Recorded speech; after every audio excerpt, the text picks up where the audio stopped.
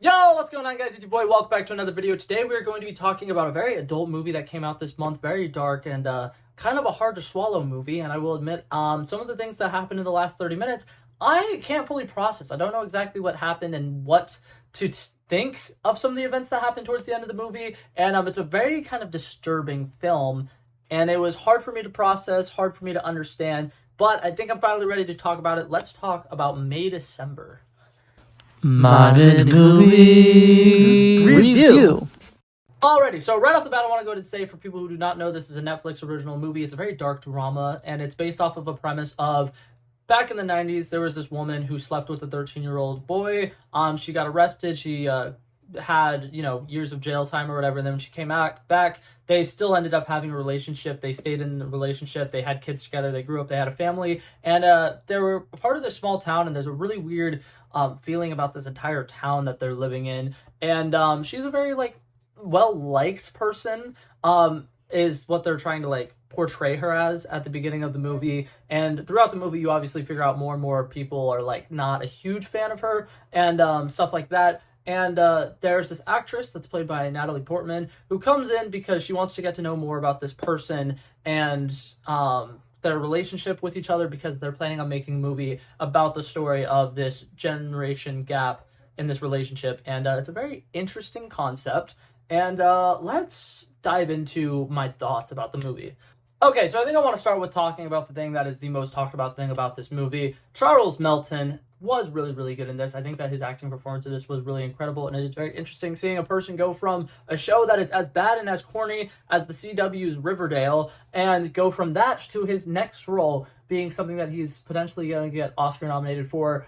His acting performance is great in this. He's very good at portraying a very traumatized character. He's somebody who's definitely had all of these issues all throughout his life, and you can kind of see when you look at somebody and it seems like they're looking through you because they're so dead inside, and that even though they are literally making direct eye contact with you, they're not fully there. He gives those eyes multiple times throughout the story. He's trying to enjoy his life, and every time he's sitting down at the couch and he's just having a beer and he's kind of having a minute to breathe and be by himself, and then the character played by Julianne Moore, who is the woman who slept with the 13-year-old, anytime she's calling at him and she's like, hey, you need to do this thing, hey, you need to do this thing, you can kind of see that light kind of die, and he's very emotionless. He's very stoic, and he's very unhappy with life, and you can see it in his performance. He's really great. And then something else that I really like about this is there's a couple of moments where he's talking about something that he's really happy to be talking about and something he's very passionate about,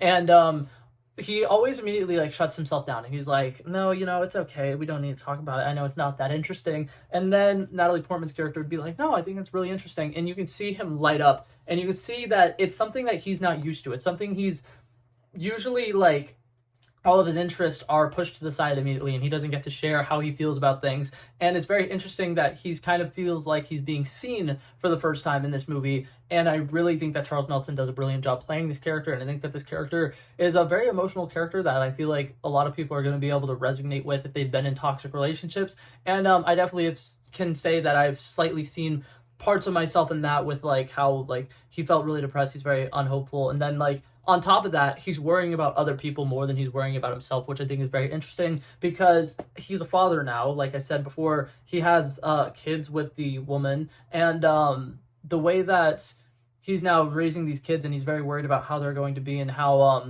they're now going off to college, and he's scared that he won't be there to protect them anymore. And I think that there's a lot of very good heartfelt scenes with that.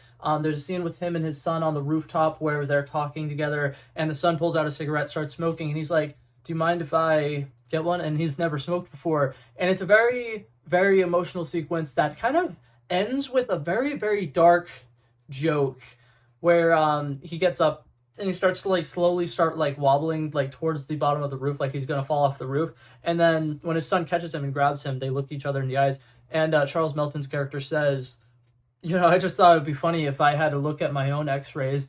And almost kind of implying that he wanted to fall off that roof that day. That was very emotional. That was something that I was not ready for. And the way that it's kind of played for a laugh, I was like, oh my God, that's concerning. But yeah, so all of that stuff to be said, I think Charles Melton's performance in this is incredible, and I definitely do think that he deserves a nomination for Best Supporting Actor. He's only in the movie for about 15 minutes, and I just spent three or 4 minutes talking about why I think that his character was so special in this film. But now to talk just about some of the other acting performances. Let's talk about Natalie Portman. She is an actress that is playing an actress that is trying to act like a character that is being played by another actress, and the way that there is like so many different layers to that, and she's actually performing very well because it's Natalie Portman playing this actress that is acting the way that the Julianne Moore's character is acting, and it's incredibly well done. I think that everything about it is very interesting, and I really like the fact that Natalie Portman is so talented with just like bare facial expressions, the way that she's able to use her entire body language and her face to convey an entire story, and some of these sequences where she's just in a room practicing for how she's going to be doing this role, and you can tell like the passion that is there with that. And I really like it because that's something some actresses and actors do in real life. They will spend hours of their day or whatever practicing just the littlest, slightest mannerisms to make sure that they're getting characters right. And I love that attention to detail in this film. I think that it's very, very important that they are showcasing that it's not easy for some of these actors and actresses, and especially when you think of people like Jesse Eisenberg played Mark Zuckerberg and stuff like that. And there's movies where they're making it based off of stories of people who are still alive, and you want to make sure that you get certain details right, because it can be very offensive if you don't get it right.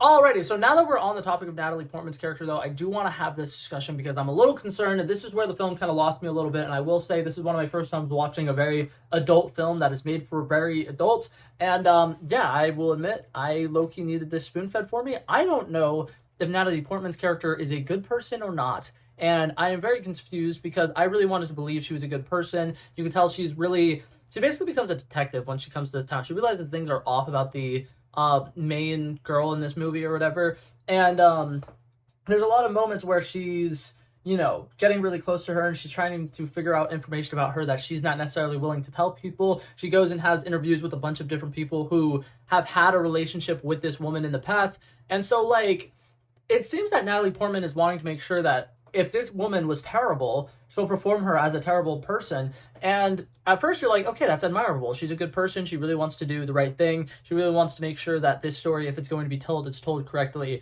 and that they don't like glorify a character who did something horrible, you know, or like they don't make it where this person actually wasn't that bad when in reality they were a monster. And I think that it's really interesting because, like I said, the majority of this movie you spend thinking Natalie Portman is about to become like the hero, and she's going to make this really nice move as an actor to portray the truth, which is that this woman is very manipulative. She's treated her husband like shit, and she's manipulated him since he was 13 years old to believe that they were in love and to believe that they were meant to be together. And it's really dark.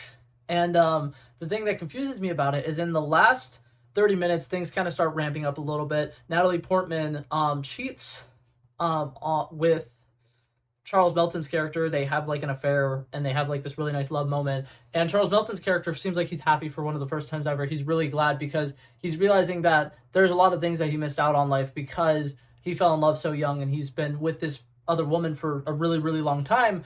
And then stuff happens, and Natalie Portman's character slips up and says, you know, she just wants to make sure that she gets the story right. And then he gets really defensive because he's like, it's not a story, it's my life. And he realizes that his entire life, he's never really been able to be himself. He's only been seen as what other people want him to be. And that's kind of what Natalie Portman accidentally made him feel like. So he feels very belittled. He feels very used.